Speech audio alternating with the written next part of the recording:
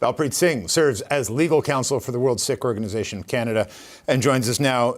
Sir, when you hear a government official say they're confident that this transnational repression is, quote, not continuing in Canada, what goes through your mind? I can say it's preposterous. It feels like gaslighting. The latest duty to warn that we're aware of just took place on Sunday, where a Sikh activist was told that not just his life, but the lives of his wife and children are in danger. We see this wave of extortions across Canada linked to the Bishnoi gang. We've been told by the RCMP and the NSIA that the Bishnoi gang is directed by the government of India. They just took responsibility for a shooting in Calgary over the weekend. So I'm not sure what this government official was referring to. It's not as though you can just wish away this problem and say it's been resolved and it will be so. It was a ridiculous thing to say. I'm still not entirely clear on what the position of the government is. You heard the interview I did with Anita Anand, and I just want to play a clip of it here about what she had to say about that government official's statement. Let's take a listen.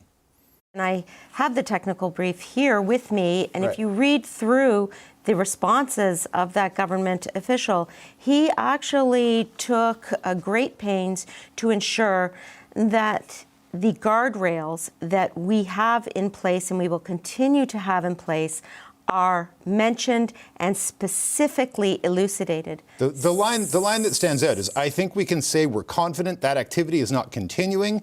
Another line says, I really don't think we'd be taking this trip if we thought those kinds of activities were continuing. Do you disagree with that assessment? In previous responses throughout the transcript, you will see the reference to the dialogue, the work that the Foreign Affairs Minister is doing with her counterpart, and the importance of public safety from the Canadian side. And we are continually stressing that with the Indian side, and indeed, we are seeing progress in the sense that this conversation and dialogue is occurring, and there is receptiveness to the points that the Canadian senior officials are making at the table. And that sort of went on throughout the whole interview. Given what she said, what do you understand now about what the government's position is on this issue? She should have just said, he made a mistake, we disagree. We have a Liberal MP, Sukh Dhaliwal from Surrey Newton, who's come out very clearly saying that he disagrees with that position. And he's someone that would know about it. His constituents are bearing this while on the ground. So it's really unfortunate that our government is playing games with what is a very serious issue. Our previous government under Prime Minister Trudeau told us a lot of things. One of those things is, like I said, the Bishnoi gang is related to the government of India taking directions, and they're a terrorist entity. The second thing that we learned from the Deputy Foreign Affairs Minister, David Morrison, who testified to this, is that Modi's right-hand man, Amit Shah, who's the Home Minister in India, has personally ordered crime, shootings, assassinations in Canada. So when Prime Minister Carney is going over there and meeting with Modi and his fellow cabinet ministers, you're going to be looking at criminals, and that's okay. And like I said, the threats to my community are ongoing. We have over a dozen Sikh activists in Canada who are living with threats to their lives called duties to warn. Once again, we're not seeing any action on behalf of the Canadian government to address this, and there's been no public accountability. And can we use the Minister Singh with the Sikh Federation of Canada, who got the duty to warn warning, his fourth one of those, by the way, as just an example of what we're talking about? The police confirmed that they had this threat to him and his family that they knew about, they informed him about.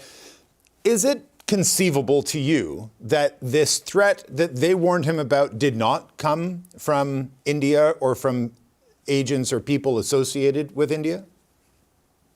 No, I've had the opportunity to understand and hear what the police officer said to Minister Singh.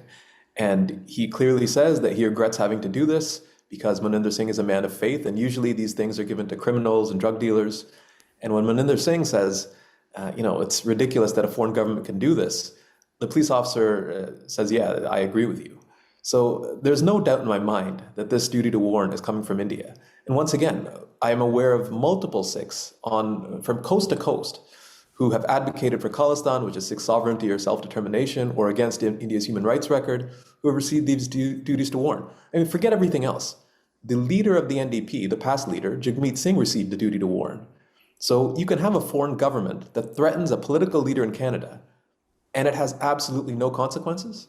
What that says to members of my community is that if they can target the highest profile Sikh in Canada, then, we're just small fries. We don't really matter to this government.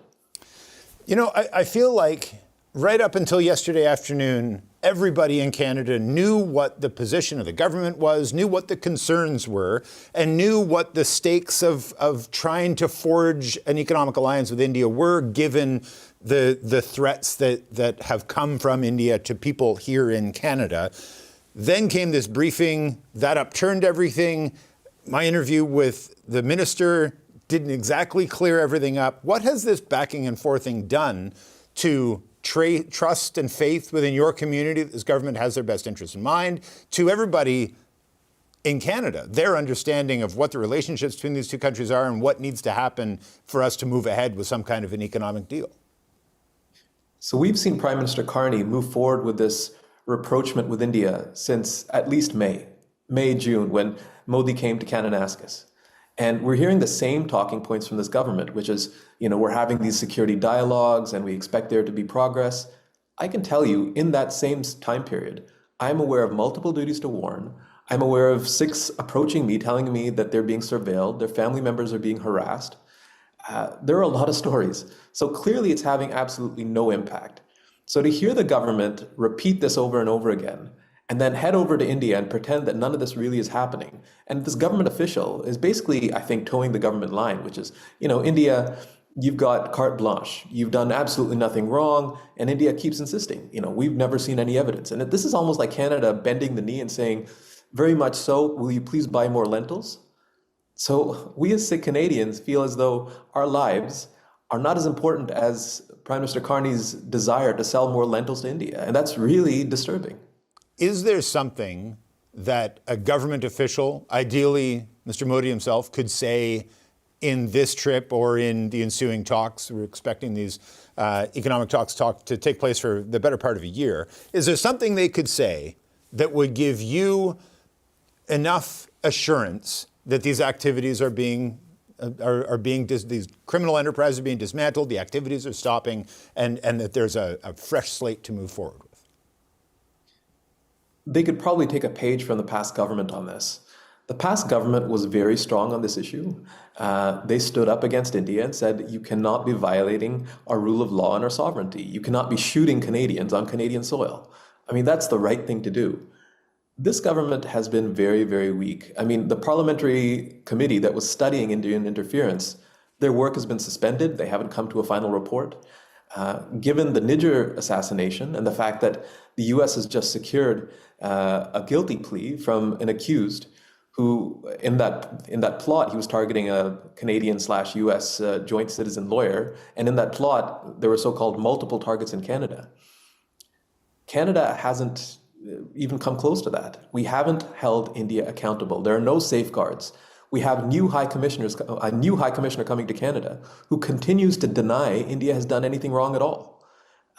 It's just gaslighting, and it's undermining the confidence of Sikhs in this government. It doesn't feel like I said we're equal citizens. It feels like second-class citizenship.